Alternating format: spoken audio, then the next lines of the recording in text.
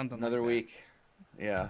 The West Coast is on fire, but we made it. So Yeah, so it happened fast this time too. yeah. What one morning, clear skies, and the afternoon rolls around, post-apocalyptic wasteland. It was I like was like, it was like clear skies in the morning through most of the day. It got a little gungy at the end of the evening, and then it was fine the next morning. yeah, And then it's been orange outside for the last 3 days. yes, it's been a shade of Trump outside. Yeah. So, yeah, it's been pretty nutty. But I mean, at so least what? we're not like, fucking switch Joy-Con red in the sky like fucking San Francisco has been. You seen those pictures? Oh, yeah, That those shit's pictures were insane. that shit's that's ridiculous. I got a cousin Uh, I have a cousin who's a firefighter in San Francisco, so he's probably having a real good time right now. Yeah, jeez, I can't even imagine. Like That would suck. props to our firefighters and fire folk.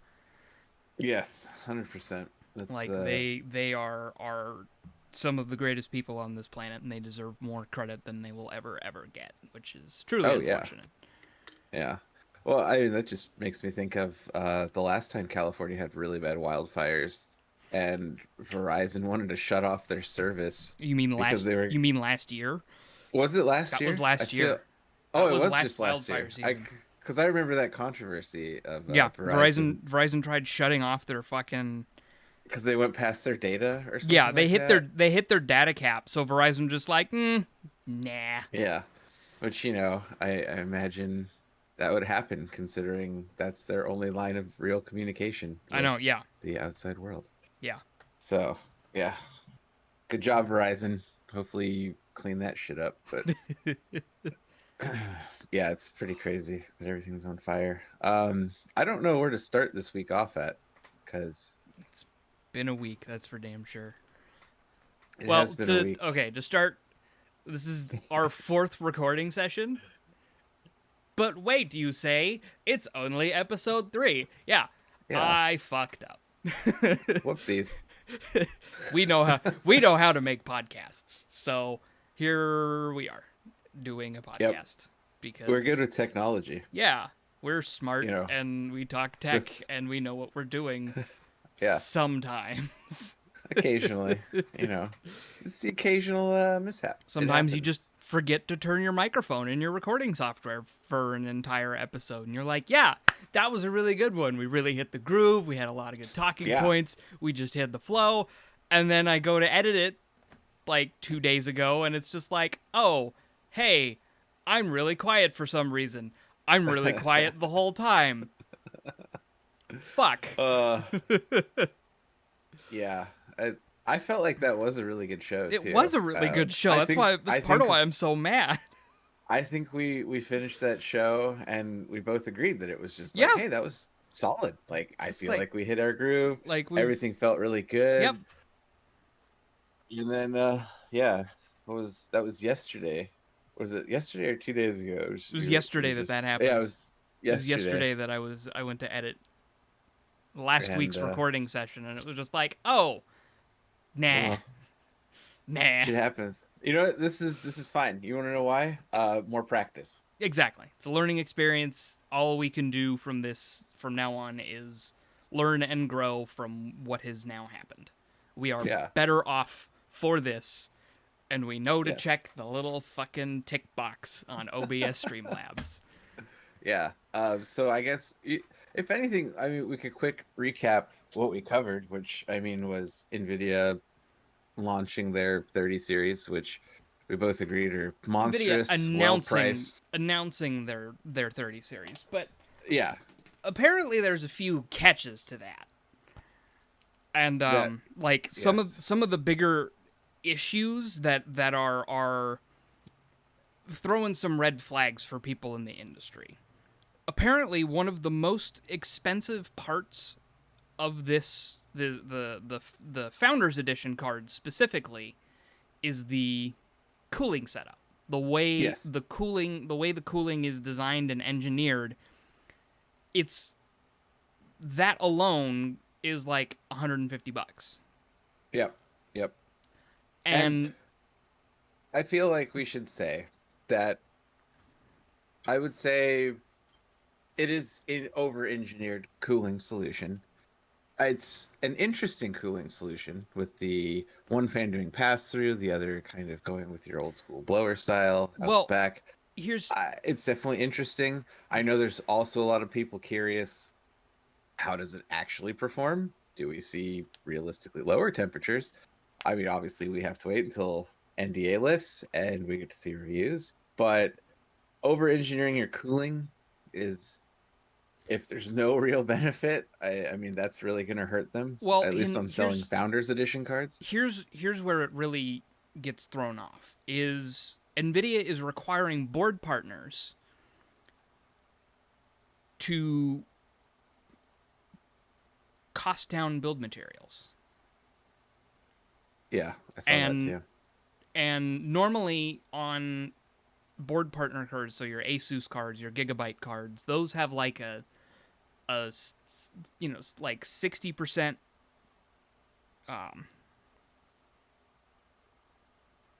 like 60% retail value, give or take. But Yeah, roughly. the way these are being priced out, it's less than 40% right now. Yeah, yeah. We'll see. So I don't know. I think this was a video I watched literally this morning.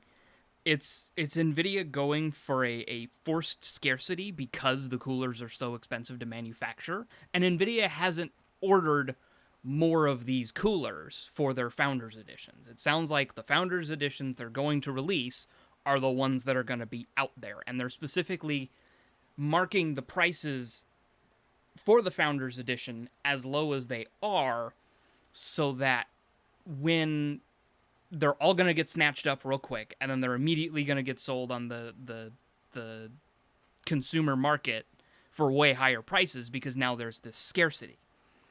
Oh yeah. I But mean, this basically confirms that AMD's got something good. Because I would assume based so, yeah. on based on leaked information, so of course this is all speculative. Which we'll find out what, the 28th of October? Yeah, so we've got another couple months, or another month and a half. But Roughly, yeah.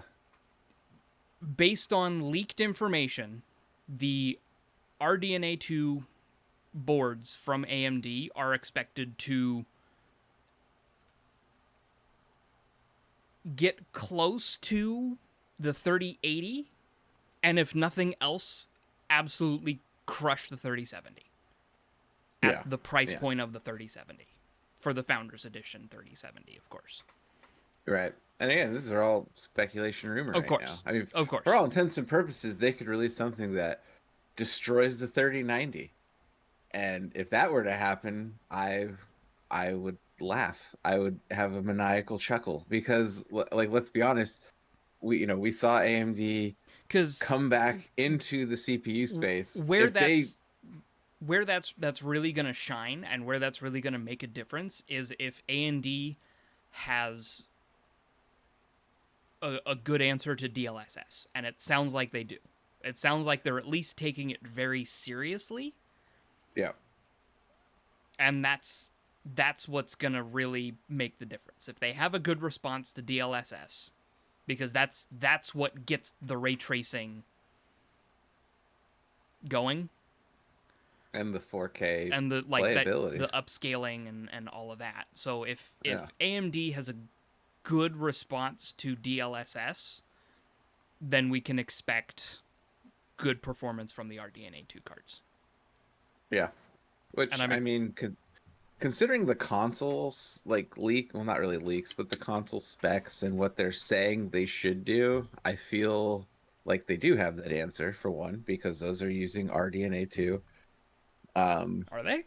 GPUs. Yeah, they are. Okay. So, it's there's the possibilities of it. And, it's Yeah. all speculation. I hate speculating because none of it, there's no fact behind it right now. And having us wait like another month and a half is, God, that kills me It's kind of inside. ballsy, But actually, it is ballsy because this is like, oh, hey, by the because way, they're waiting for after Nvidia has their release. yeah, and not just like their big card release, It's but going to be also the the like they're 3070 is going to be out too. So, the 3070 or the 3060. 3070, because if I remember right, Because I the thought they release were, dates. or are they doing like the 90 and the 80 at once, and then the 70 later? Because I thought they were doing like the 90, 80, and 70, and then the 60. So the 3080 will be available September 17th, the 3090 September 24th, and then the 3070 is available in October. Okay. Yeah. So, and then obviously there's the rumor of the 3060, which is looking to be pretty accurate, and they're saying that's probably going to fill in depending on what AMD brings out. We can assume there would probably be something like a 3080 Ti to fill in another I mean, cost. they're gonna do the Ti series. I hope they don't do a Ti and a Super, because that's just dumb. Like the I don't I having don't think they'll having do a super having as this many time SKUs around. as they did on the 20 series was just ridiculous. Oh yeah, Because everybody hated they that. released the 20 series, and then they almost immediately released the 2080 Super series, and then 6 months later they dropped the TIs, and at that point, fucking why? Yeah. I mean their whole up and down skew for the 20 series was all over the place. I mean that's what everybody complained Nobody about could was keep that. track. So it's like, okay, the 2070 Super was just a base 2080, Yeah. and then when the TI series came out, the 2080 Ti was just the 2070 Ti was just the Oh, 2080 Super, I don't think they ever had a 2070 Ti. didn't they? No, they just had the supers, I believe. Oh no, there's 20. Like I literally watched a LTT video today where they put a fucking 2080 Ti in something. Well, 2080 Ti, yes, but The the 20. Okay, 2070 they might not have didn't done have the. a Okay, Ti variant. okay. No, because that was the Pascal series. They had the 1070 Ti. But they Yes. just had the supers. I guess the most random ones would have been the fact that they had the 2080, the 2080 Ti, and then they fit the 2080 Super in the middle there. Uh, but Yeah, because yeah, they announced the 2080 at all, and then they did the Super series, which was like all of the 2060, 2070, and 2080 Super. yeah, and the And only one that made sense was the 2060 Super because they gave it 2 more gigs of VRAM. yeah, they basically just made it a 2070. 2070, yeah. And that's actually an interesting point to bring, because they're talking about, the variant for all the VRAM for the 30 series. Oh yeah, You're not going to be able, like, those are all going to be with board partners. So yeah, any board partner card you get is inherently going to be more than the Founders Edition cards, which is usually the case, but right. only so much. Yeah, I'm just curious. Because I know we haven't seen Nvidia's full stack of cards yet. Uh-huh. I'm curious to see what AMD brings. I'm curious to see what Nvidia counters with. We know It's we know for a fact they're in the hands of reviewers right now. oh yeah, we've seen So all the unboxing videos. they're throwing their benchmarks up, because it's like, okay, how many GPU unboxings have happened in the past? Like, they really All want to of them. push, really? Because I Yeah, haven't. Okay, I yeah. really No, only pay attention. I really only pay attention to Linus Tech Tips. So yeah. They should be on Linus too. They usually anytime a new series drops, they'll do like a small unboxing. At least give you a look through. They usually don't do it as early as they have. Um, but I mean, what the NDA lifts next week? Yeah. So yeah, I mean, I just want to see numbers. That's what I want to see. Like, yeah, give me the raw performance numbers, and I'll be happy. yeah, and that's where we're gonna be. And it's I hope they're great, but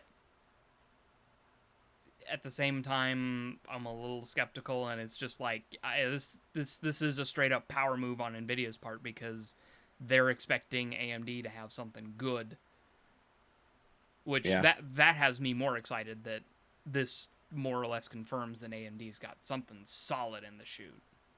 Yeah, and I mean competition's great for everybody. It's You know, it competition will it drive really is. prices, It and really is you know, because I really hope we see what happened to Intel start happening to Nvidia now, where AMD ah, just shows up and has something that's like really like right there, because that's what happened when Ryzen dropped. Is it was something that was suddenly just right there, there. Yeah. and Intel was just like, whatever. It's a 14 nanometer process. We've got that on lock. And the fucking Ryzen Plus drops, and it's just like, oh, that's a 12 Yeah. nanometer process. Yep. I And I mean, we're Ryzen 2. we're okay. We're fine. And then Ryzen 2 drops. We're like, that's a 7 nanometer process. Yeah. That's a real little one, and because they could make so many at a time, it's really cheap. Yeah, since they Uh switched oh. from monolithic to chiplet, you know. Uh oh.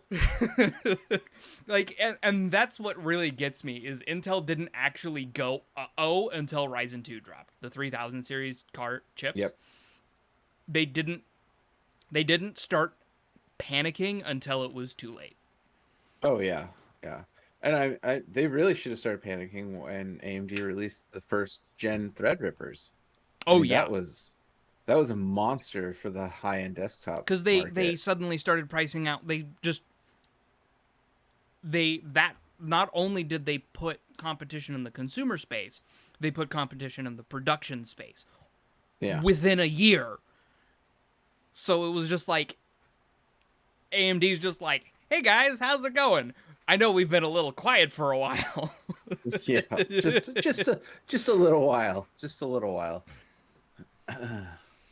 Yeah, that was yeah, and what was Intel's answer? Their overclockable Xeneon that was, you know, had to be cooled down by an air conditioner. Yeah, So, whoopsies. You screwed right. that up, guys. And they tried to hide that fact that it required an air conditioner. Yeah, that was That was like interesting. instead of just owning as like, yeah, it hit 5 gigahertz, but no, they're But just like, no, it hit 5 gigahertz. It's fine. It's fine. No, it's fine. Don't look at the giant cooling thing that's attached to the back of it. It's fine. No, it's fine. It's fine. yeah. It's fine. Um but yeah, I just want to see raw numbers. I want to see what AMD comes out of the cages with. And man, the fact that we have to wait, I hate waiting so much for this information. It just sucks to wait. You know, But I think being generally poor and being okay with like having older generation stuff has just like boosted my patience level, cuz it's like, okay, now the stuff that's currently out there is going to be a lot cheaper. oh yeah, I was looking this morning. 1080 Ti's now they're down in like the You can 350 still range. find those? Oh yeah, no, people still have this, man. 1080 Ti's were still going for like $600 Yeah. like a month ago. And Oh, now they're down to like 350, 300. Uh I saw a guy trying to get rid of a 2070 Super for like $300 today. Jesus. 2080 Ti's, I've seen them as low as 600 now. I could put So, any graphics card that's come out in the last 2 years, 3 years in my computer and see a significant upgrade. Because Vega 56, man, not even once. Just don't. not Just even don't. once. Also, there's quotes from AMD that they're going to like part of why they're waiting so long to release their graphics cards is so they can nail their drivers. Yeah, I heard that too. They really, really, really want to work on their drivers Because and just being stable and refining the them. last several iterations of their drivers have been hot garbage, Yeah, yeah. No, they've always had issues in the driver space. and it's not any better. So, yeah. So I mean, if they could really nail that, that'd be great. That would be a lot of headache gone for a lot of people. 'Cause, I mean, let's be honest, Nvidia. The other thing Nvidia showcased, which was all their like software backend, Oh yeah. was just fantastic. I looking at some of that where it's like they've got like the smart green screen where you don't even need a green screen, and just using their AI. Yep. It was like, what the hell? That I Well, was like, holy shit. and that's part of the like that's included with the like the GeForce Now. Like the GeForce Now and like the GeForce audio suppression thing, like the Yeah. GeForce noise suppression. That is incredible. Yeah, I mean, I use RTX voice, and granted, there's a few hiccups here and there where sometimes I have to restart it because it just screws up. But if that's the only thing where I have to restart the program occasionally, I really don't see that as a bad thing because technically it's still in beta.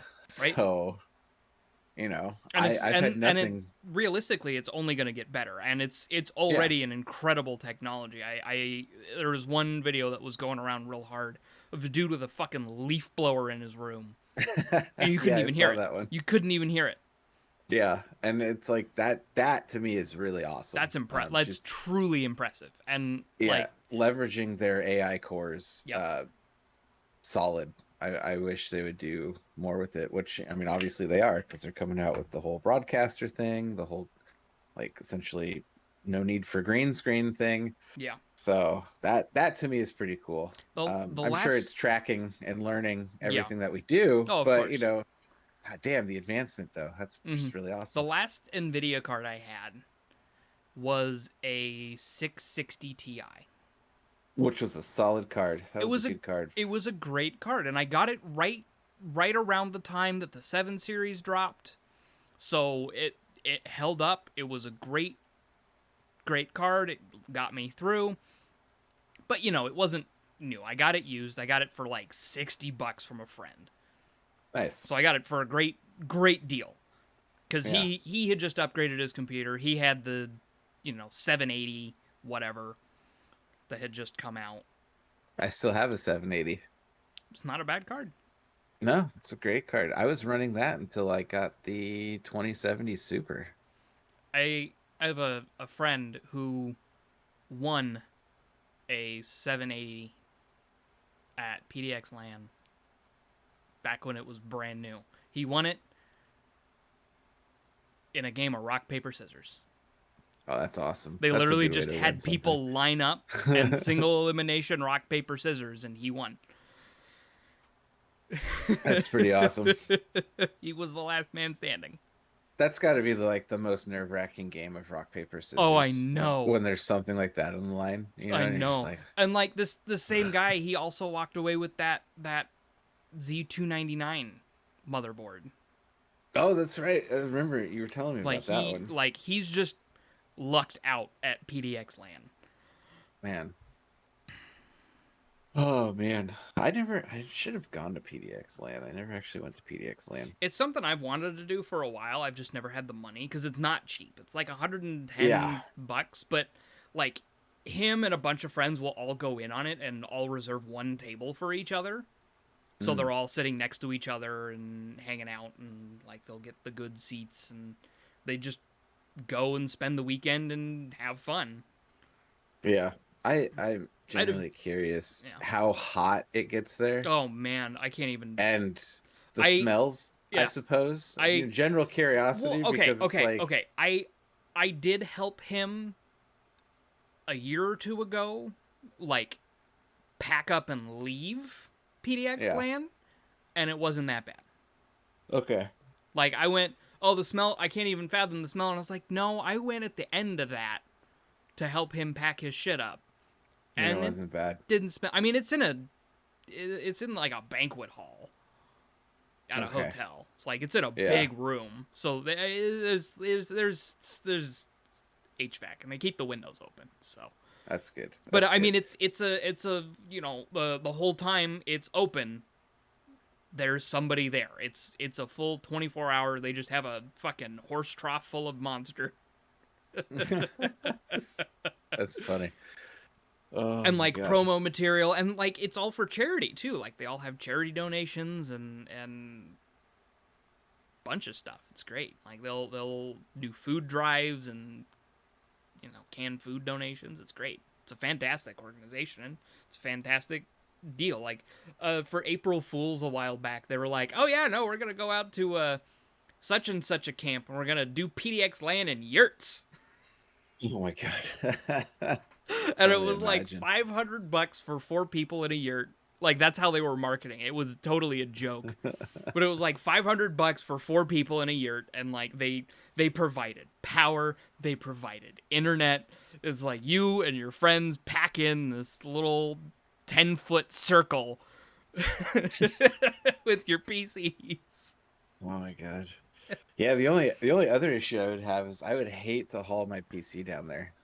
Like I would want to build like a little ITX, mini ITX Yeah, build to just haul around there. that's not uncommon. Like I have the friend I've been talking about. He actually has a PC that he cut out of MDF.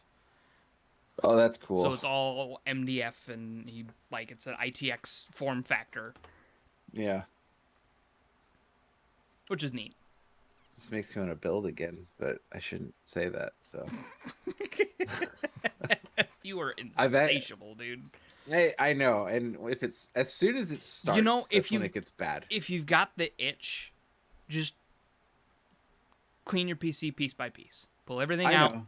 Well, Wipe I it also down. got PC. I also got PC Building Simulator now. Oh, So okay. So yeah, because that'll scratch the itch a bit. yeah, because there was that simulation bundle on Humble Yep. Bundle. Another Yep. great place to buy stuff from. Everything goes to And charity. yes, I was like, oh, PC Building Simulator. Hell yeah, let's do this. So I have that I can play with too now. I do know I will be getting a different case at some point.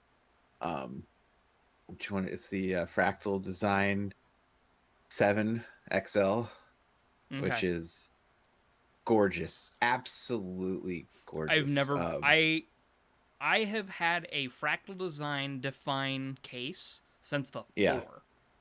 Yeah, I had no, the I know 4. you've I had the 4. I upgraded to the 5, and then I upgraded to the 6. And I so actually felt like the 6 was almost a downgrade.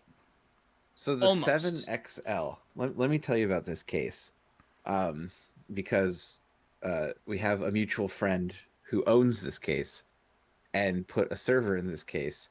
So Daniel bought this case What? because he was just looking at it, So, I mean, and it's okay.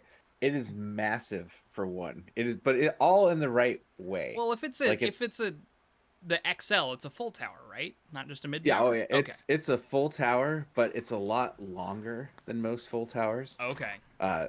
Because Fractal is more. I feel like they put more emphasis on the overall length of the case, than the height, but it's great. It's all the panels snap on. There's like Oh, yeah. no thumb screws Mhm. whatsoever. You've got different panel options for the front panel, the top panel, which they give you with the case.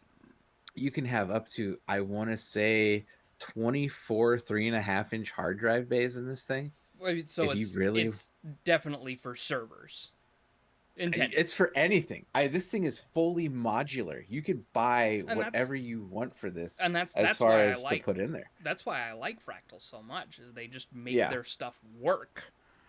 And But that's what I care about. the kicker I was looking at, so you can have up to 3 140 millimeter fans up front, Yeah. 3 140s up top. You can buy a, what is it? It's a, so 420 millimeter radiators, which would support 340 fans. Mm-hmm. You can buy those. EK has them. And I measured this case and I thought about this.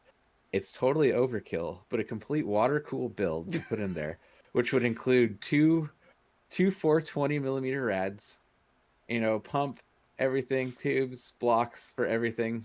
I will say that's one of the few things that Fractal hasn't done well, is they're not great if you're trying to water cool. So this one, I measured it out since the case was there. I was like, well, shit, I should just measure this out, because why not? It fits these things perfectly. Like Oh yeah, No, of course it like does. there's still your Of room course to it does. play. I could still put my fan controller in there because I'm a very analog person when it comes to fan controllers. Um, I just like to be in control of them physically. Uh, and I think EK's website, which has an amazing calculator to let you know how much heat you could dissipate Oh if you yeah. create a loop. No, Uh, EK's got some powerful tools. yeah. So basically, all in all, the system that I was putting together for water cooling, I believe said they could dissipate about 1,700 watts of heat, which is nowhere near what I would be generating, obviously, but just the fact that I was like, I It's like would you don't. have unlimited power, just unlimited cooling power to just do whatever I wanted with a CPU and GPU at that point. But yeah, I don't know. It's a thought. I probably won't go that route, but yeah, If I I get am looking at that case though. if I ever upgrade my case, it'll probably be a while. I am, and don't get me wrong. I said earlier that the 6 was kind of a downgrade from the 5 Hmm. in certain ways. In some ways it's better, in some ways it's not. I'd probably be happier if I upgrade my case ever again. Very unlikely. I would go for a Define R7 or Define 7. They got rid of the R, obviously. And but that's it. Like the biggest issue I have with it is the fact that I have an all-in-one. I have the Corsair 115i Yeah. and or yeah, the 115i. H115i, that's the one. So it's a 240 rad, but there's no allotment for the screws on the Oh top of the really? case. Huh. So, and in order to even have, like, one thing that I really liked about the Define R5 is you could choose how much of the top was exposed to just Hmm. the air. So you could have, like, some of it open. Like, if you just had, like, a 120 rad, you could just put that up top and have just that exposed. Or 240, like, up to a 360, of course. And then Yeah. have the rest just covered. The the Define R6 just has a mesh vent across the whole top. Mm, And okay. if you take that off, it's just open to the air and you don't want that. Right. Yeah. And the problem with that is it sits so flush that, and it's probably just I have the wrong screws and I need to get different screws. What it is, fucking who knows. But it doesn't sit flush, so I have to like mash the thing down to keep it on at all, Hmm. which is a bummer. I was disappointed with that, but everything else is great. Like cable management, no problem. Oh yeah. Like this one has a basement compared to the Define R5, which doesn't. This one has the like you can. It has like the PSU mount. So it's got like a bracket that sticks on the back, and then you can slide the PSU in and out of the back. So like if you've got a modular deal Oh and you just yeah. want to switch Yeah. it out, you can just boop boop. I have a Yeah. semi-modular, so I can't do that. Peasant. God. I got the Semi. the CX850, and Wow. it's probably the last power supply I'll ever need until it Right. until it dies. Like 850 is more than enough for most things, Oh yeah. and I don't intend on going with a 30 series. I mean, I'm sitting on an AX 1200i, so Yeah. yeah, definitely overkill for what I Mhm. actually Like need. But I had a 750 and then I was like I'm going to be doing a little bit more, so I jumped to the 850 and gave Juliana my 750 and they both going strong. Like her 750 hasn't had any issues, my 850's fine. And then I went with a much lower power draw CPU and it's less of an issue now. right, that's always good. Yeah. Oh man, this is not helping me with my whole wanting to build another PC thing. So That's fair. this is not therapeutic right Sorry. now. This is counterintuitive.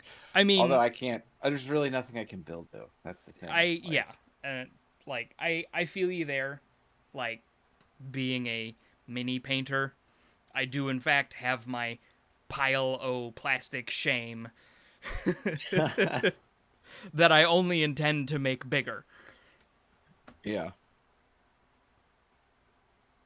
But hey, that's a business though. You could sell those. Well, some of them aren't mine. I'm painting Sell them them for a all. friend. And that's the thing is like I do want to, but then I'll be watching my Miniac or Goobertown Hobbies or something, and I'll be like, oh, that's really cool, or that sculpt's awesome. Like I watched a Miniac video today, and he's literally talking about he's like, okay, color theory's great when you do it right. Because he painted this, he has this series where he tries to paint in the style of Games Workshop's like professional mini painters, the guys who like paint the minis for the box art. Oh, So that's like, cool. actually, fucking the guys who paint this shit, like Okay. this Oh yeah, quality yeah, of painting yeah. and So that level of detail. essentially, like the I what I guess the crown jewel of painting, if Oh you will, yeah, to get no, on they're like to get the box cover. It's got to be like flawless and perfect. the guys like it's literally their own mini painting studio called Heavy Metal Marines, Nice. like That's a apostrophe EAVY. that is a fantastic name. Well, I mean, Games Workshop is UK based, so it makes sense. Okay. Yeah. And so, like, Funny. that's the thing is, he has a series where he's trying to paint to that quality, and this particular model took him like 20 plus hours over 3 days to paint. That's the level of detail that goes into these models, which makes sense for the No, quality. it makes sense, and it's also insane to think about considering you're painting, mini figurines.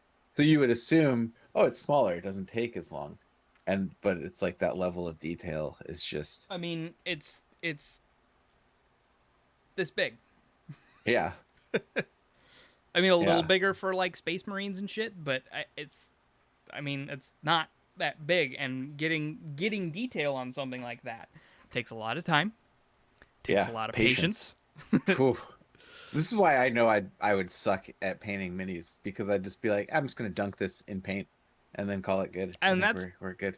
and that's totally fine. Like if you're painting an army or whatever, you just fucking Yeah, get I a don't know though. I mean, they make straight up fucking rattle can mini paint. Yeah, I don't know.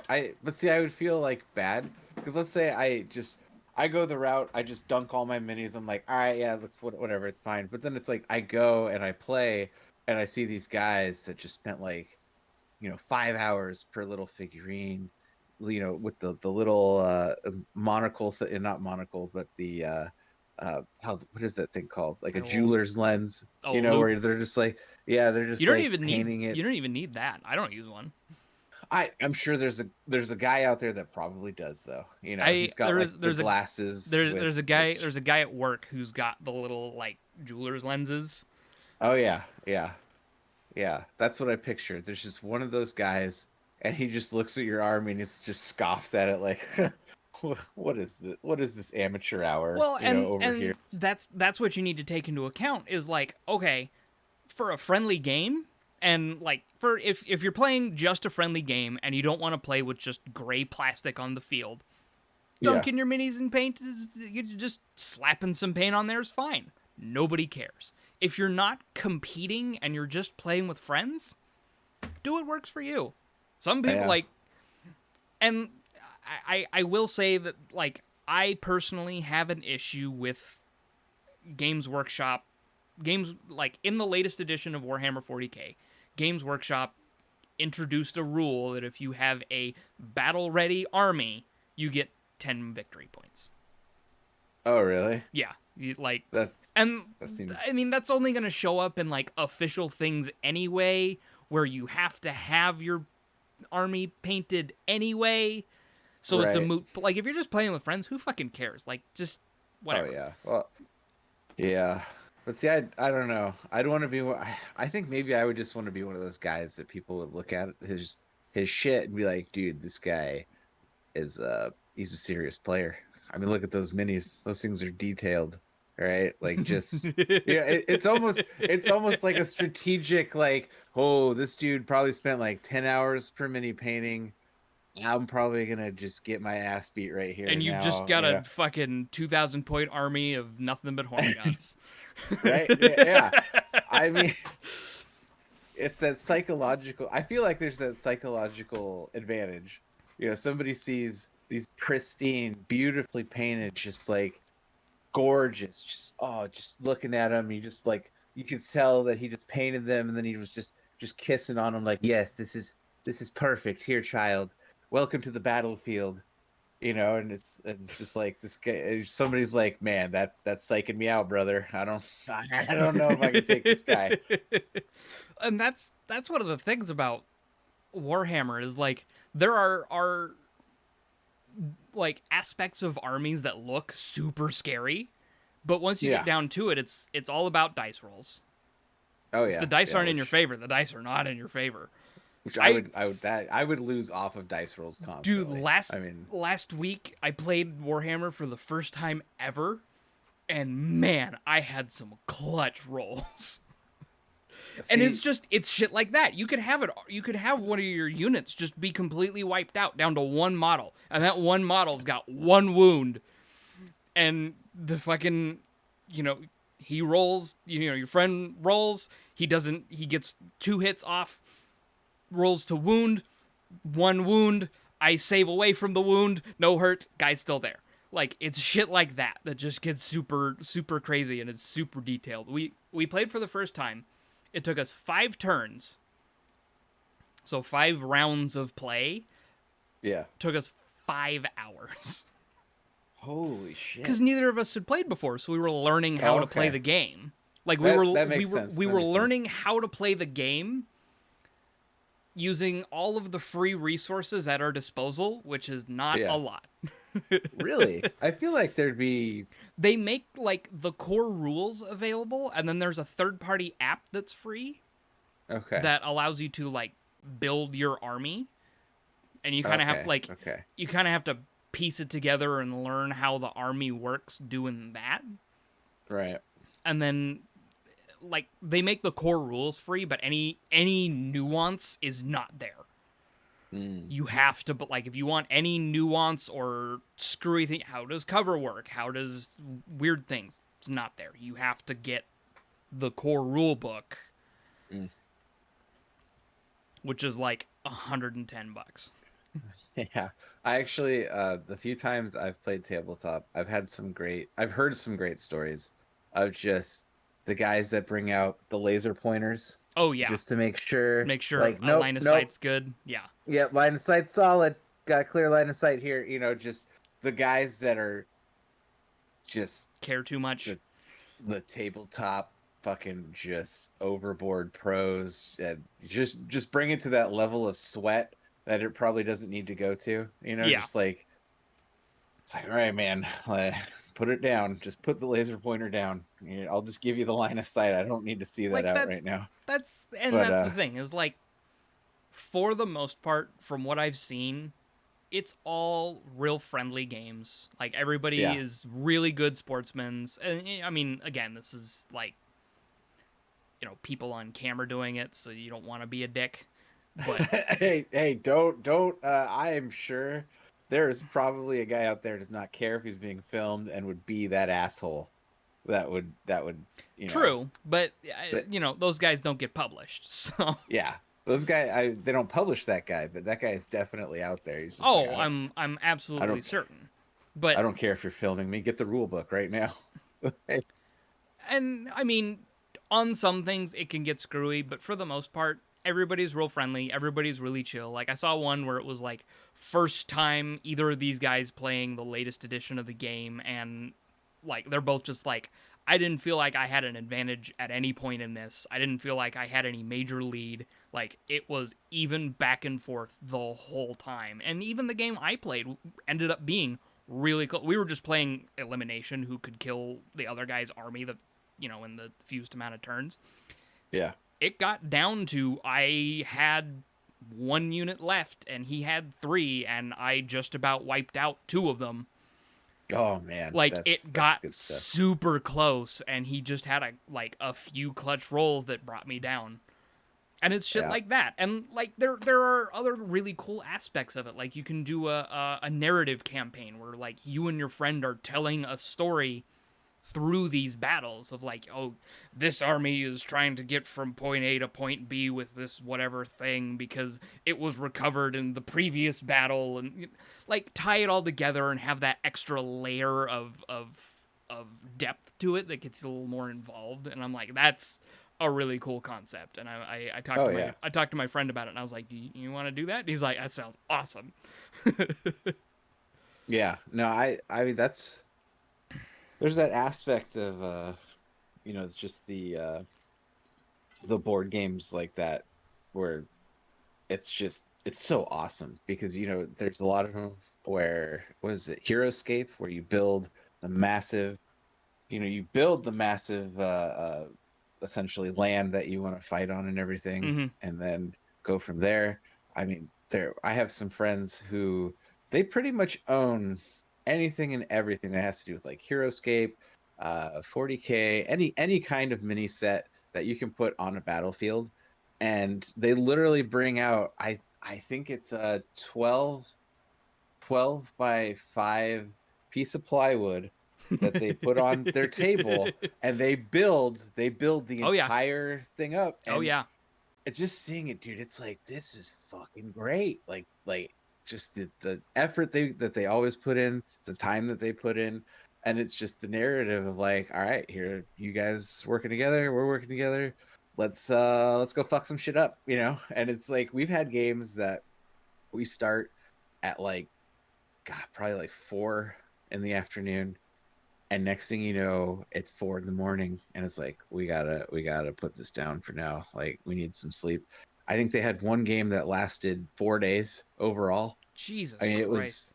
yeah, we're talking like probably 10 to 12 hours of playtime a day on this game, Oh and yeah. it was just, I was just like, dude, that's fucking nutty, but it's all awesome at the same time. You're like, that's insane, but respect, because that's just amazing. Like, you And can't. like that's half the fun sometimes. Is like Yeah, you I mean, just get so into it, time disappears. yeah, and you can't really like pay for that level of Mm-mm. entertainment. Like, it's just fantastic. I So, mean, there's the upfront payment of like having all the right, resources and shit, but after that, yeah. it's After it's that, it's it's the limitless. the value of that is greatly increased. Yeah, yeah. So minis are awesome. I think that's what we're trying to say, is that minis, campaigns, anything like that is just fantastic, and you should Absolutely. just all do it. 100%. I completely agree with that. And like back back to how we got on this subject is I this don't even know how. this Miniac, he was talking about how to do color theory right, and Oh he was yes. doing his Heavy Metal Marines um playthrough. I don't know what chapter of Space Marine he was painting, but like it was base purple with yellow highlights, and Oh, I like it just looked like a fucking like Minnesota Vikings that. character. Like it was an actual like Warhammer chapter, Yeah, but it's just like it just looked like a Minnesota Viking, base purple with like bright yellow highlights, and he's just like, I hate painting with this yellow. This is an awful yellow. that's funny. This yellow sucks. 100%. That's pretty funny. But in in and like the reason that ties into color theory is, you look at your color wheel, and purple is Yep. opposite of yellow. Yep. Those, purple is the accent color for yellow, yellow is the accent color for purple. Yes, technically. And then he went through and he's like, I'm going to do practice this color theory the right way so it doesn't look like hot garbage. And so he went and he did Yeah. like subtle purple with some blue, like slowly working his way up to almost a teal, and then like a purple glaze over the armor to give it like an appropriately gungy look but still being purple with the highlights. And then the only like yellow he put into it was when he was, because it was like a skeleton model, was when he was painting the bones. Oh, And okay. that was Yeah. how he Yeah. worked the color theory, and it looked incredible because it looked like an actual thing instead of like, this is the Vikings army. Yeah. No, It's just that's like, awesome. and like I completely agree with him. Is like, that paint job is incredible. That color scheme is hot garbage. Yeah. Yeah. But I mean, when you've got somebody who's experienced with that kind of stuff, it's just, I, I mean, I take it back to somebody like Bob Ross, Yep. who, I remember one of his episodes, he had a guy write in and say, Bob, I can't paint with you because I'm colorblind. And so he did an entire episode using nothing but whites, blacks, and grays. Yep. Just to prove that, no, you can paint with me. And Let's even let's paint together, and to take that a step further, the entire time Bob Ross was on the air with The Joy of Painting, he used 12 colors. Yeah, he never. I He mean, used it was 12 like clockwork. You he always used knew what he was going to say. 12 based colors. Yeah. And he's, you got your phthalo blue, your titanium white, your Yep. all the different colors, because he's always using the same colors, and he's like, just mix these up a little bit, you've got exactly what you need. Like, Yeah, you just exactly. need these basic tools, these basic colors, and canvas. That's it. Canvas, and sometimes his you just whole- got to beat the devil out of the brush, Yeah. His whole point was that it's easy to get into, and you don't Yeah. need a lot of talent to do it. You don't need all of this crazy extra stuff and all of these crazy extra materials to get it Yep. done. You just need the basics and a little bit of practice. Yeah. God, I miss Bob Ross, man. Taken from I us way too really- soon. I really hope that there's nothing negative that ever comes out about him. That would be a tragedy. It really would be. I mean, and thinking about it, like, you've got your Bob Ross, who just everybody loves. You've got Fred Rogers, everybody loves. You've got Steve Irwin, who everybody loves. And it's like all of those three specifically that I can think of. It's like you never hear anything negative about them. You never hear any horror stories, thank God. I mean, because I remember when Bill Cosby used to be like Oh, that man. wholesome black comedian, and it's like, well, by the way, he was drugging women, and you're just like, fuck. It's just like, God. So then you're like, you got to really recalibrate and be like, all right, we still got these three that, nothing bad has come out. So, we're still doing okay. But 100% we could definitely use something like that nowadays, especially in 2020. Absolutely. Just someone wholesome, zero skeletons in the closet. Everybody loves them. Just something to uplift the world right now. And it's not these fires, that's for sure. Fuck. And that's the thing, is like there are people like that. There are, and like even in just YouTube space, there are YouTubers who do things like that, and their whole point is just go out, have fun, do good things. Like, how much dirt have you heard on fucking Markiplier? Yeah. Dude is crystal clear. I hope he doesn't have some nasty skeletons in it. But he's like, he's done so much charity work. He's earned awards from fucking Make-A-Wish because he did like he did like Wish Granter of the Year or whatever a couple years back. And it's just like everybody rags on him for being all emotional on camera. It's like, okay, you have, and like the one I specifically call back to is his 8 million subscriber video. Because he ends up in just absolute sobbing tears by the end of that. And everyone's like, oh, it's just crocodile tears. And it's like, okay. You have 8 million people who have decided to go out of their way to make you a part of their day. That is unfathomable. I Yep. mean, that many people be like, hey, I like this guy. I'm going to support him and do Yeah. things and like watch his stuff. And it's like, it's, I can't even comprehend that. Soon we'll be able to comprehend that soon. As soon as the podcast blows up. And boy howdy, In I'm fact, gonna we're cry like a fucking baby when it happens. tell you what. At 10 million, I will get a tattoo with all of your names on my back. So 10 million names coming soon. Make it happen. Let's go, Just YouTube. a I wall, believe in you. just a wall of black. Just a wall of black. Yeah, it's just gonna be just totally blacked out on the back. We'll be fine. So It's like yeah, but no, but it's actually the 10 million names. You just went over it a it's so couple close times. together. You just Yeah, went they're over so it a close couple together. times. It's layered. So Yeah. No, actually, there's a YouTube channel that I follow because I do enjoy cars, not just tech stuff. Well, I guess cars technically are tech stuff as well. not But just no, Rob. computer stuff. Yeah, just not just computer stuff. So his name is Rob Dom.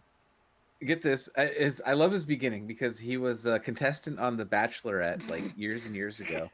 But he also loves cars and he loves rotary engines. And his whole thing has always been he wanted a 4-rotor engine in his RX-7 with basically 4-wheel drive. And he wanted all these things that everybody told him, you can't do this. Or they laughed at him, they mocked him.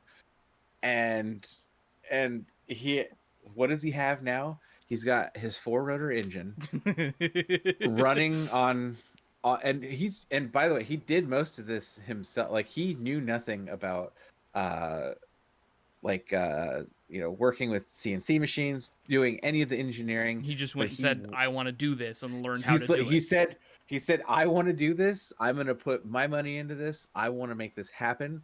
And that's what he did.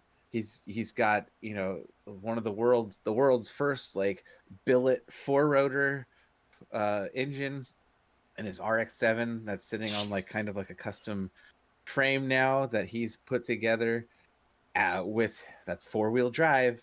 And it seems like this thing is limitless. Like I believe I'd have to watch the latest videos, but the last time he dynoed this thing on a 4-wheel drive dyno, he was pushing over 1,000 horsepower in Fuck, 4-wheel drive. that's insane. So if it was just rear wheel, it'd be somewhere in the realm of like 1,200 or 1,300 horsepower. But he's doing 1,000 on 4-wheel drive, and I mean, this thing is incredible. It's loud, it's magical, That and torque though. the torque is insane with that car. Like he did an all-wheel burnout at an event with Ken Block. I don't know if you know who Ken Block is. Used to be a rally driver, does the whole Hoonigan stuff, had the drifting videos on YouTube that were super famous. Yeah, I'm not familiar with like the YouTube car guys. Yeah, but anyway, like Ken Block's super old school, super well known in like the rally scene and everything like that. And he did that at one of Ken Block's events, and it was like to see a 4-rotor do a 4-wheel burnout was just insane, just smoke everywhere. But yeah, again though, a wholesome guy, knew what he wanted to do, had people telling him you can't do this because it's apparently against the laws of car nature that you can't put all this stuff together in a car. Basically learns the entire process, and he was doing this over like a 5-year period as well. So it wasn't like overnight, obviously, but he's doing all this stuff over the years. Had tons of setbacks where at one point, and there's actually a really good video I should send you about this. But essentially, his motor came from New Zealand, and it came over here internationally. It shipped fine. As soon as it hit the States, it went UPS. It hits Kentucky. It goes missing. Oh no! They're like, we can't find it. And he's like, what? Like, this is a very, very, very expensive engine. And they're like, well, we can't find it. And then, he's going back and forth. He's like, well, what's going on? Da, da, da. They're having people look for this thing. They can't find it. Next thing you know, one of his viewers sends him an eBay ad for what is essentially like parts of his engine that somebody is selling. Oh no! And long story short, he had to essentially buy his engine back off eBay in pieces because apparently somebody at UPS uh decided that they just sold it. They sold it to some other guy who then decided to put it up on eBay. And he said the only way this person would know any of the specs on this engine is because there was something in the crate pertaining to me telling me what the specs are because he knew what the specs were. And Right. it was a very I mean it's a custom It made was a engine, very specific thing. So so it for was a to very specific. And so like he literally had to buy his engine back piece by piece off this dude from eBay, and all he wanted from UPS was just the shipping, which was like $1,000. And I guess they were like, no, like that, you're not gonna get your money back. And he's like, what? And so I guess he put like he kind of just aired it out there on YouTube in a video, just kind of explaining to people why he's been like, or why there's been a slowdown, why he's just been all like pissed off about stuff. And I think he said he did it. He put that video up at like 4 in the morning, and then he went to bed. And later in the afternoon, when he woke up, Yeah. he had 23 missed phone calls, and that video had over 1 million views. Oh shit. And they were all from like UPS legal, like, hey, we need to get a hold of you. Please contact us as soon as possible. You know, it's just and yeah, so it was like this giant shitstorm. And I'll have to send you this video because it's a very, very interesting video, and it just gives you like kind of a look at how like humble he is and how he doesn't take anything for granted. He wants to work for everything he has, and Right. he shows it and does it. And you know, it's just this whole story is just so insane because it's not the only issue he's had with this thing as well. Like he had somebody steal his clutch plates that were going to go in his transmission out of his shop and then try to sell them like on Craigslist in the same city where he was. And so he had to buy his clutch plates back from this person as well. And it's just I mean, this car has had such a storied upbringing now. It's just insane. But you know, he just goes along with the ride. You know, it's not about making money for him. It's about doing something he's passionate about, something that he loves to do, and just kind of just taking everything in stride and just being blown away at how it's all working out now and how this car is essentially unstoppable. And so I will send you that video because it's a pretty fun watch. But yeah, That sounds amazing. just another wholesome YouTuber. Oh yeah. You know, just another guy, and And like it's good to see. I mentioned to you last recording session, but I'll mention it again this time because it got lost. But another super wholesome dude, Goobertown Hobbies. Yeah, yeah, which I follow or I subscribe to now. So Sweet. Yeah. No, he like it's just one of those, and he's got, I guess he's got an in with 3D, like it's a company that puts out like a monthly STL subscription, and every month they have like a drop of 12 interesting. 12 prints that range from like terrain to like battle mage shit. It's like, and there's Cool. one he dropped where it's like he designed these 12 battle mages. Hmm. And they threw them up, and I don't remember what it's called, but he's regularly sponsored by them. He had another one where he's like, can we just get like just a tavern where it's just a bunch of dudes sitting at a tavern, and they made it. That's pretty And cool. it's like they made it, the narrative is that there's like some occult being run in the basement, but for the most part they have just like tavern people. You got old Jim Bob with you know, sitting there with a tankard, but they also made a mini that's Brent with his cats in like a running pose. And it's like, I saw that painted up, and I was like, he didn't even mention it. He just kind of had it on screen and was dinking around with it. And I was like, Yeah. that's fucking him and his cats. That's awesome.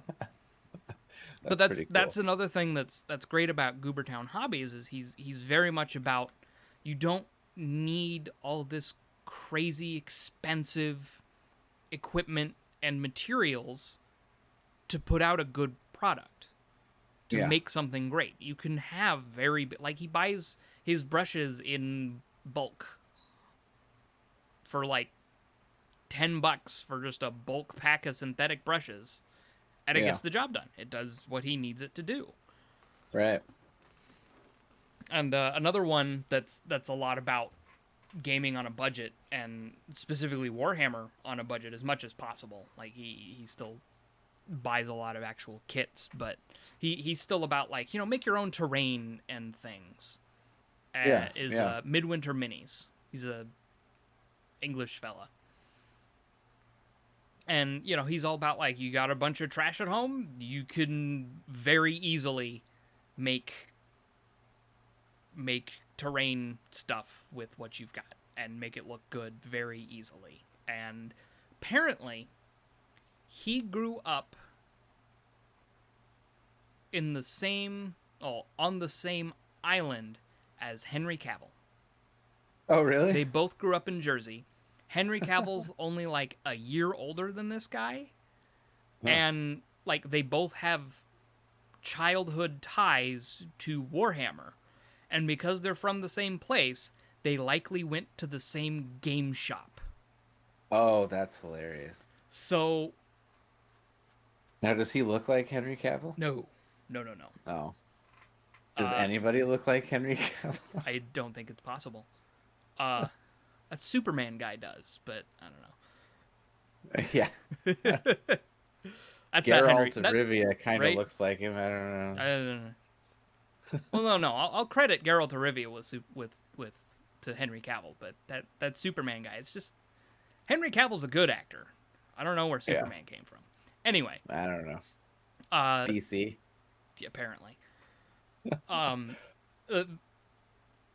The guy's name is Guy. I just remembered. So His name is Guy, and he straight up went on his Fantastic YouTube channel and just put out like a quick little like 4-minute video, and he's like, "Hi, I'm Guy from Midwinter Minis, and this video was for Henry Cavill. I challenge you to a game of Warhammer for charity." Oh shit! Dude. Straight up, like, I challenge you to a game of Warhammer for charity. All right. To take it even a step further, all of the proceeds from this video will be going to charity. And please tell me he responded. We haven't heard anything yet. It's been like a month and a half now. Man. But it was one of those, he's like, have your people contact me. We'll keep it on the DL until it's ready. If we do this, we'll keep it on the down low until it's happening. And he's like, and like he even threw some shade, and he's like, so, you know, you posted on Instagram, you painting minis and stuff, and it's like, you know, you play Custodes, so it's what, 4 models? I almost want to say, what do you about Henry Cavill right now? He's literally painting, like getting ready for this before he responds. And his response will just be him with all of his painted minis out there going, yeah, sure, we can do this. I want to believe that is it, because I really hope it's in the works, because I would love to see that. And he's like, I can come to you, you can come to me, or we can meet on our home island of Jersey. And go from there. I mean, you saw the video of him building that PC, right? I didn't watch the video, but I know it exists. And he did the Warhammer, like him painting Warhammer minis before he released the PC. Yeah. So it's something that's been out in the ether for a while, and it's like, he's a nerd. I still love the whole, you know, PlayStation or Xbox, PC. PC. Like, it's even a question. Like, he was offended that he asked him that. I thought that was hilarious. No, that PC building was great, because that was like his first actual like PC build. Yeah. And he made mistakes, but he showed them, and he was like, "Oh shit, I gotta fix this." Yeah. Like, you know, and he fixed it and got everything going. And it's just to see him painting minis, because I mean, what was he building? He was building literally just like a tank top, and it's Henry Cavill, so it's like, the dude's fucking jacked. Oh yeah. Out of his mind, you know. It's like watching a fucking supermodel build something. You know, and it's like, hey, look at me, I'm a perfect human specimen putting something together. You know. And that was like the thing is, you see the picture. It's like he's painting the head of one of the Custodes guys. So he's literally Yeah. holding it by the tip of like the he's got like this ponytail thing coming off the back of him. He's like holding it by the tip of it, and he's got the little tiny paintbrush up to it, and you can just see his massive fingers dwarfing this tiny little miniature head. Yeah. Yeah.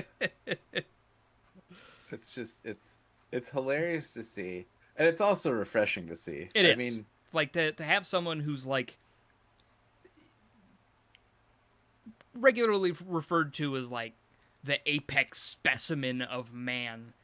well, yeah, and not just that, but also somebody who's a successful actor and Yeah. worth millions and millions of dollars in money. Hmm. Like Going seeing in them, and you know, like not seeing them actually still doing what they love and enjoy. You yeah, know, as far as their hobbies go. Because exactly. I'm curious how many people in Hollywood used to enjoy something, but it's like as soon as they became famous, they're like, "Ooh, well, I can't have somebody, seeing me do that." Like, And that's a lot of it is like the PR thing. And I think that might actually be part of Henry Cavill's PR thing possibly. because I mean, it's lately and most of his recent catalog is him being in very nerdy IPs.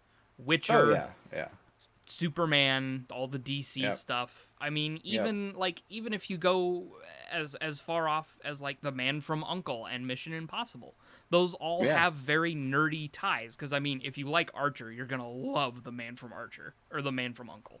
Oh yeah, yeah. If No, you that was haven't seen The Man fantastic. from I was like. And then I heard everybody saying this is basically as good of an Archer as we're gonna get for an Archer movie, and I watched it and Yeah, I was like, this is as good as we're gonna get for an Archer movie. yeah. The No, scene with him in the truck and the sandwich, and he's just like, well, that guy's kind of fucked, but there's a sandwich here, and it looks yeah, really good. yeah. No, it's this is a great movie. For anybody who hasn't watched it, please go watch it. Absolutely. Um, and yeah, I for him, and I guess we are at that point where I guess like nerd is the Being new a sexy. being a nerd is Like, cool now. It's kind yeah, of it's weird. it's it's cool, and I don't want to say I hate it. And I don't want to take like a hipster approach to like, well, I I was a was, nerd before it was cool. yeah, like I was doing this shit and getting, made fun of for this crap. But it's just, yeah, it's weird to see.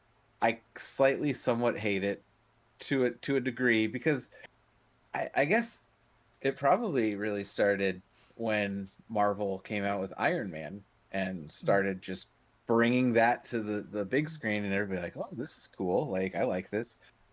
And to see people, I think, okay, here we go. What really irks me is when the Marvel takes a direction with movies Everybody that, else follows.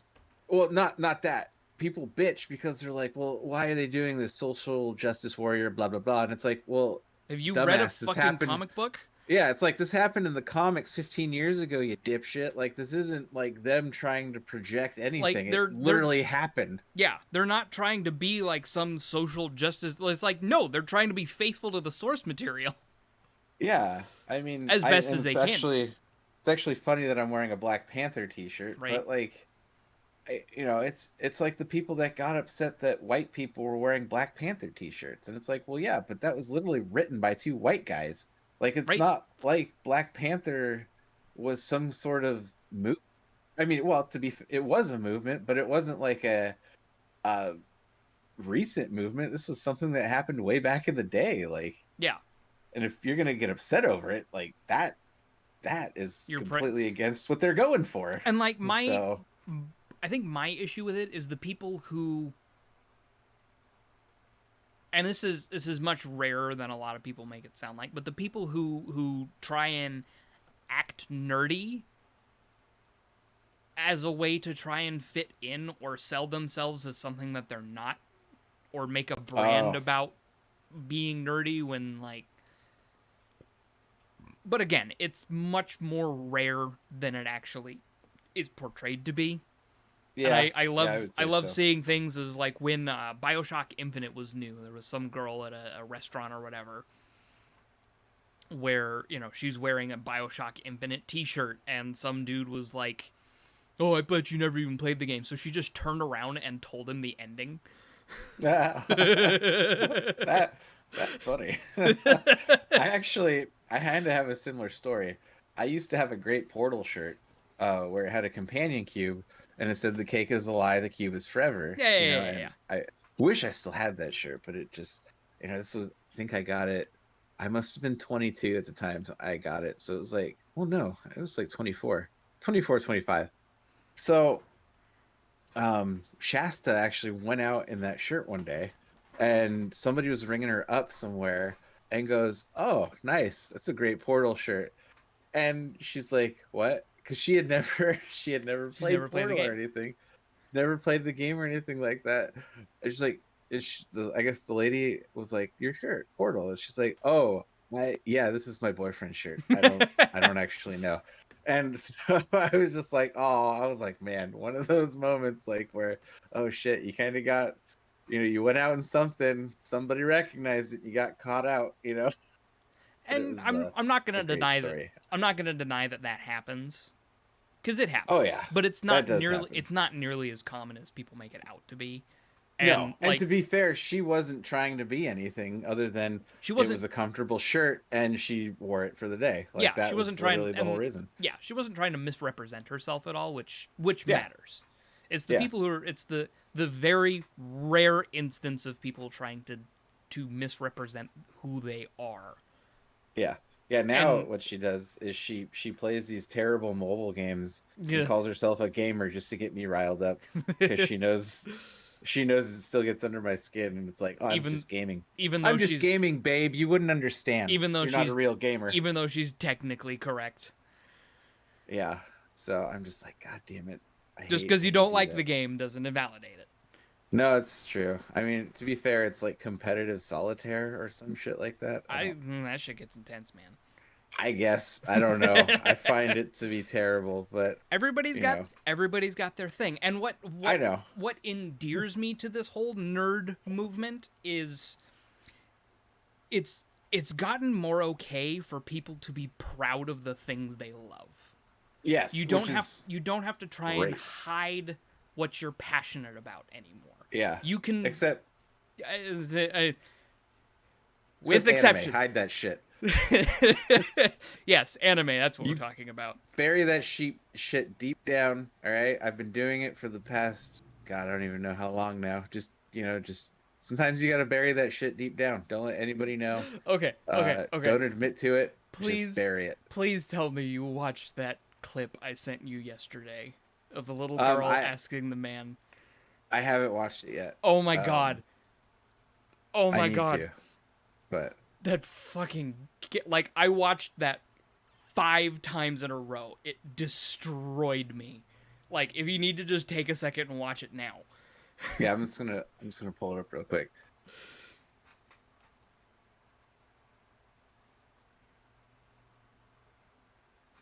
I'm debating whether or not I want to put this in post.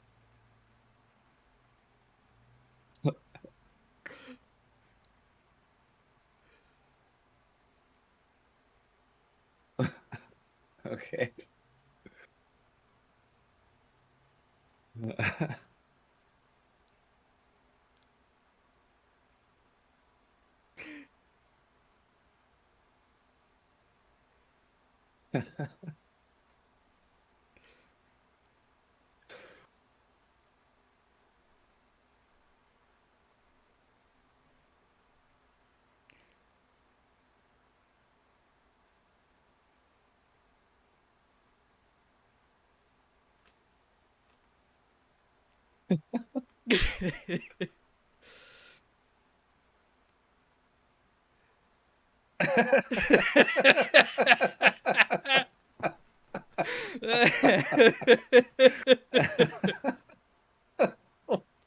Fuck is this?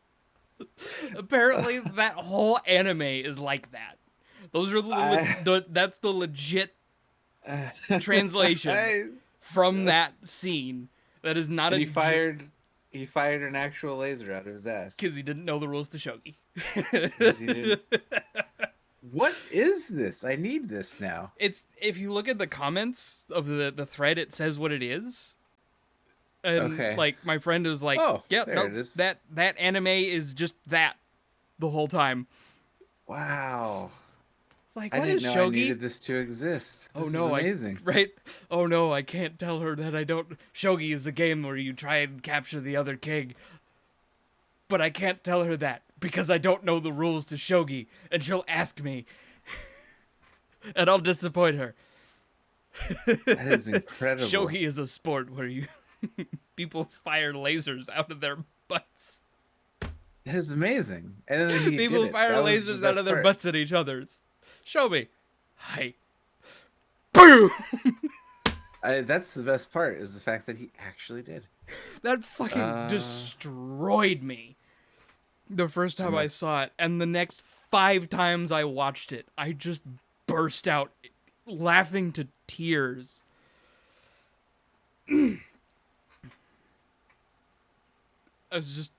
You're downloading it now, aren't you?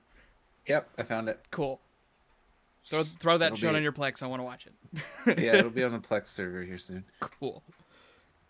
Yeah. So speaking of like weird anime shit, you know me. God damn You- it. Now we're you- going into it. You know me. I'm generally not an anime fan. I'm generally not a fan of JRPGs. I feel like you have a very specific taste, or when it comes to like an anime or a JRPG. I tend to Not necessarily that you're not a fan, just that you have a very specific thing that you want to get out of it. I right. think, And more than like anything. games like Chrono Trigger. Chrono Trigger, I haven't beaten it, but I've played a fair amount of it.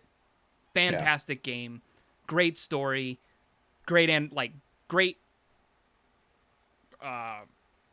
animation.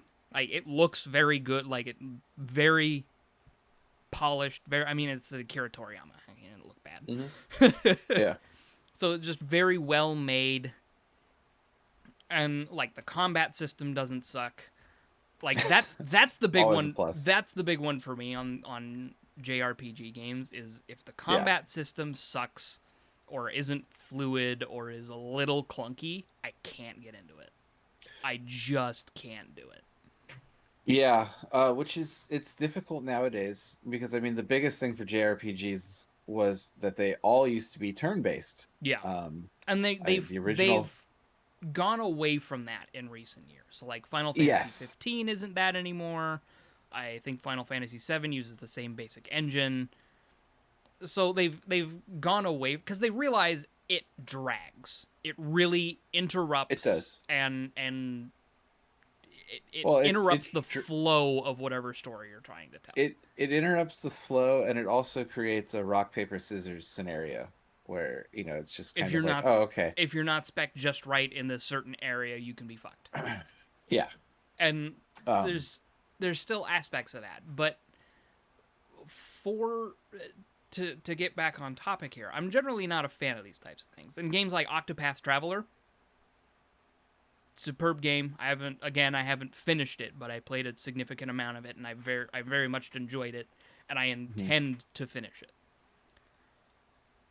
Yeah, I but love the animation style for that game. Oh, it's so great. I can't get into the story. I don't know what it is. It's difficult. Like I just the don't like it. The fact that they went with and I can understand that. The fact that they went with the 8 individual story arcs Yeah. gets a little hanky. Yeah. But this one came out of the blue for me. I had it recommended to me completely, like several times by several different people. Well, not several different people, but I've only heard good things about this game. Persona 4. Oh yeah, you've been playing a shitload of that. I started playing Persona 4 this week, and I just went, oh my. I can't even put my finger on it, but just something about it just works for me. I have never sat down and put that much time into a JRPG as I have with Persona 4. Now, is that going to lead you to try like Persona 5? Oh, absolutely.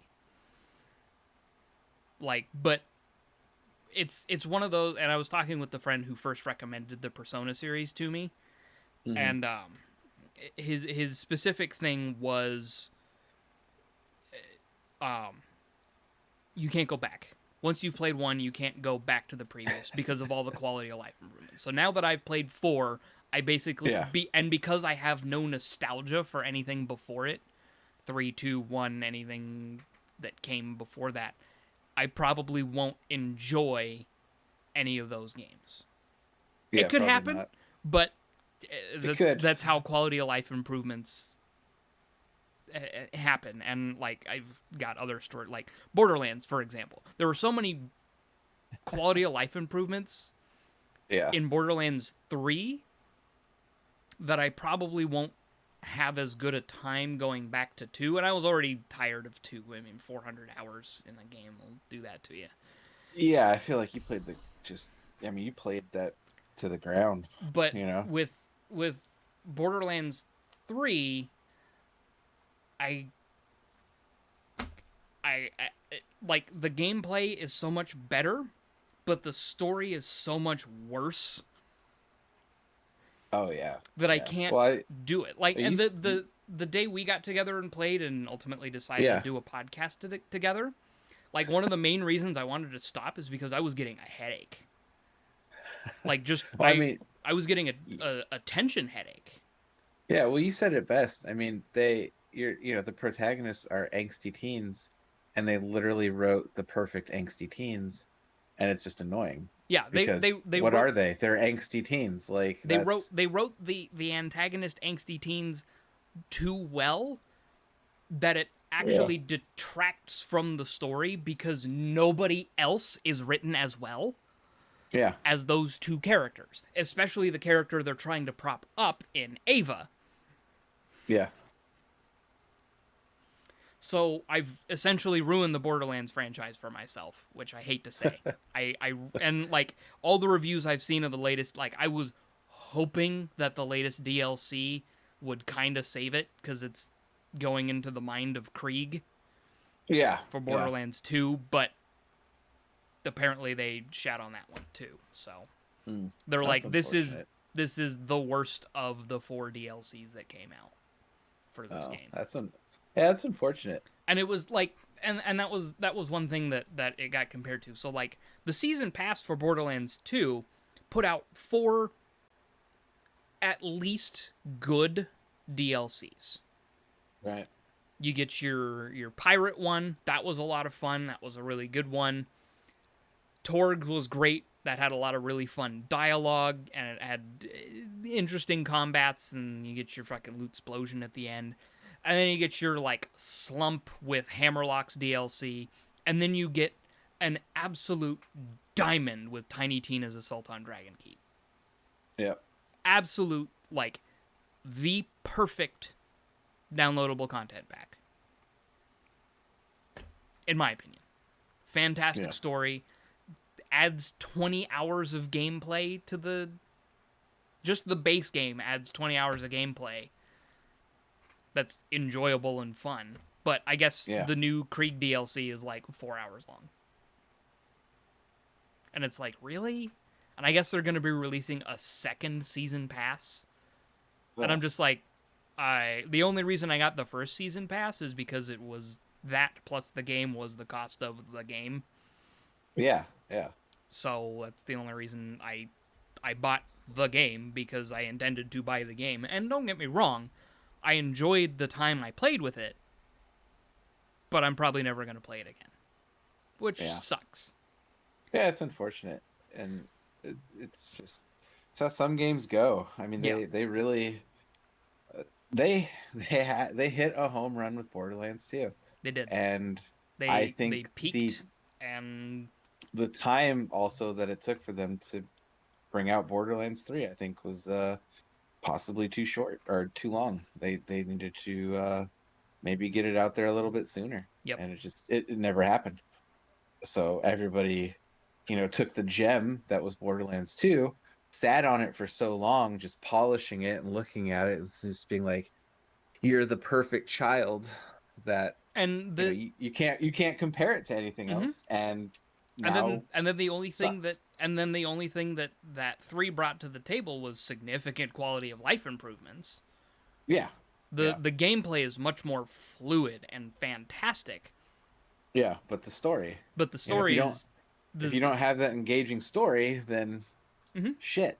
and It's that's make and I think that's what's been driving me the most with Persona is the story. yeah. Holy shit. Well, I know five has a fantastic story, Yeah, and there's just so much to do. There's so much content. It's unreal. it's and Um, that's the thing is there's so much content you literally cannot do it all in a single playthrough. yeah, that to me is also huge. Is the fact that not only did we put a lot of content in there, but we know you're not going to be able to get to all of it, through your first playthrough, and you're Because going to the have to like do different things on different playthroughs, which means you're changing the story and you're changing things around, and it exactly. keeps you engaged and entertained. Hmm. I, Essentially, Borderlands 3 is the perfect sandwich, but you forgot all the condiments, Yeah, and so it's like, you've got oh your like no, perfectly crisp piece of lettuce, your nice fatty roast beef, some good lean ham on there, couple of yeah, slices of turkey, nice blend of cheese, and then you didn't put oh any fucking mustard on it. yeah, it's like, oh dude, What's the this is point? yeah, what's the point? So, Got your nice you know, artisan bread in there, but it's not any good if yeah, you don't throw any fucking mayo on there. yeah, exactly. So it's unfortunate, but it happens. And that's what sucks, is that Yeah, it does happen. yeah. But And like that, I think that's what really grabs my attention with Persona is the at least the sense that I have control of what's going on, and that yeah, the decisions I'm making are impacting how I play the game. yeah, Like yeah, the the characters you get, like the NPCs you get close to, actually affect the personas you can access and control. yeah, that's awesome. And the tighter bonds you get with whatever characters, their abilities in the game improve as well. So it's like how you interact outside of combat affects how you get to interact in combat, which is which is phenomenal. I've never seen Yeah. that before. Not to any significant. I mean, granted, I haven't played a lot of JRPGs because I haven't found one that I really like, but Until now. until now. And like I fully intend to finish 4, and once I'm finished with 4, I'm going to move on to 5. Nice. That should be exciting. I'll probably wait till I can afford Persona 5 Royal, the Yeah, updated the version. super updated version. Is that on Steam No, or is it still it's PlayStation exclusive? still PlayStation 4 exclusive. I would assume they'll bring that to PC at some point. I mean, Sony's doing a good job of that, Took bringing them there. almost a decade for 4. Yeah, well, But it's, I mean, Hey, it hit and immediately had overwhelming positive reviews and remains having overwhelmingly positive reviews. oh yeah, yeah, And it's been out for like 2 months, 3 months. It launched yeah. like right Well, before the Steam sale. I mean, these are all the people that I'm sure have probably played it and are just like, yes, it's on PC now. Like Yeah. we did it, boys. There's like, if you look at the reviews, it's a lot of that. Like, there's a lot of like, give this one good reviews, so they put 5 on here. Or put other, or like, there's a lot of like, Persona 3 when? Yeah, like just when are you bringing the rest? Yeah. So that's funny. But I've been really happy with 4. It's great. It's fantastic. It's intriguing. It's interesting. Like I'm actually invested in the story, Oh, so and that's so rare nowadays I for know, and me. I'm sitting there and I'm like they're talking about like what the hell is going on, and like I figured out like the main connection of how all these murders are happening, hours like game hours before the players like it was even an option to bring up. And it's like it's this. This is what's tying it all together. Look at Why the haven't you fucking figured this patterns. out yet? Look at the fucking Why have patterns. Get this out. Oh, that's funny. Ugh. That's awesome. I wish I there's a few games here and there that I think I can still get emotionally invested in, but it's so rare nowadays for me, at least. I'm not sure specifically about emotional investment, but at least like just investment in general. Like I am interested in seeing Yeah. how this story plays out and how it finishes and how it completes and what we end up with at the end. Who done Yeah. it's Yeah. I mean it's a very well written who done it. And yes, I am playing the English dub, but How dare you, even sir? even the voice acting there is fantastic. I mean, I they got good voice actors That helps. for the Any dub American that has dub. yeah, any dub that has good like voice actors, I mean, it it's helps that there's fantastic. no like lip movements to sync up Oh, that yeah, that helps. because it's I mean That's what always throws me it's off. text on a Is screen, so as long as you okay. have good English voice actors, the translation's already done. They just have to read what's already put out. Yeah. Yeah. Well, that's good. And they have to do it well. And boy, how did they do it well? Because I mean, one of the main characters is Laura Bailey. Oh, really? Yeah, and Sam Nice. Riegel. Oh, shit. Yeah, he Wow. plays Those the are little teddy bear dude. oh, And it was like, that's as soon as I heard it, I was like, yeah, it's Sam. as a as a Critical Role fan, I picked him out immediately. But then like I pick yeah. him out in all of his like bit parts throughout the game. That's funny. But when Laura's character came up, I was like, is that no? Is that? Oh my god, it is. She's That's an like it blows me away how good of a voice actor she is. She can do so much with it. She has so much range. yeah. I mean, well, God, how many things has she done now? Hundreds. I mean, she's known for anime. She was Lust Yeah. in uh, Full Metal Alchemist, Yeah. opposite her Uh, husband, who was fucking Roy Mustang, which that's hilarious. right? Let's She see. was the main character in Gears of War 5. She was one of the main characters in uh, The Last of Us 2. I'm pulling up her. Do. That's a lot of TV series. Holy crap. Yeah, no, she's done a lot of anime.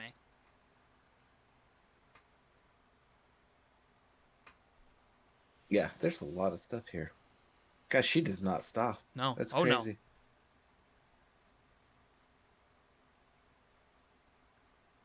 Jeez. oh yeah, no, she's probably one of the best voice actors of our generation. Yeah. Wow, she really does not stop. Mm-mm. Damn. And 2015 was a busy year. There's like what, one, two. Shit, 2015 was the year she started Critical Role. It was like 20 projects that she did in 2015 alone. Oh yeah, because that was the Jeez. year that Critical Role started. So like, and that's a weekly investment right there. Yeah. And you know it's something she's passionate about because she left a fucking Game Awards show to be on Critical Role. She's like, you know, it sucked. I wasn't having fun. I would rather be here. She didn't. That's I mean, she funny. didn't win her category anyway. It went to Mads Mikkelsen for his role in Death Stranding. God, there's a game. I really just need to play that game. Yeah, that's on my list. It is. I'm waiting. I'm assuming it's going to come down in price during the Steam Winter Sale. So, It was on so sale I last held week. that. It was on sale last I weekend. I know, but it was only 25%. Oh yeah, I no, figure it'll probably I hit. figure 50 around Christmas. So Yeah, because I want to see how great that looks too, because everybody praises it for how great it looks on PC. So, um, not surprised. yeah. So I'm just like, ooh, can't wait for Walking Simulator, so I can be a UPS man in the future. There's actually a video on that. The old editor from Game Grumps has a series that he does. How about this game? And he Yeah. did How about Death Stranding? he's like, it seems a little ridiculous at first, but then you get into it and you're like, oh, this is actually good. Yeah, no, it's Kojima. The man just knows what people need. I Yeah. think Oh yeah. more than anything, Mm-hmm. and he just knew that people just needed to walk and experience things, Right. and that's what he You gave them. are an Amazon delivery man, Yeah, basically. our crew is expendable. Your package is not. All right, we should start wrapping. And up this here. one. Yep. Yeah, it's been Time to. yeah. It's an hour 40 minutes. Not too bad. Time to hit the old dusty road. Something like that. Something like that. So we can end this one and record our next one. Oh, whoopsies. Uh-oh, fourth wall break. You're ruining the magic. Yeah, the magic. I will change shirts after this one. Same. So we can Hopefully somebody tunes in for the first time next week. Yeah. And I'm gonna move some stuff around back there. Same. So it looks like I was gonna do the same. something new has happened. So yeah, the magic of Hollywood, folks, coming at you. It's all an illusion. I mean, this is just a green screen behind me. This isn't even Yep. real. Mm-hmm. All right. See you all next week. Catch you guys next time.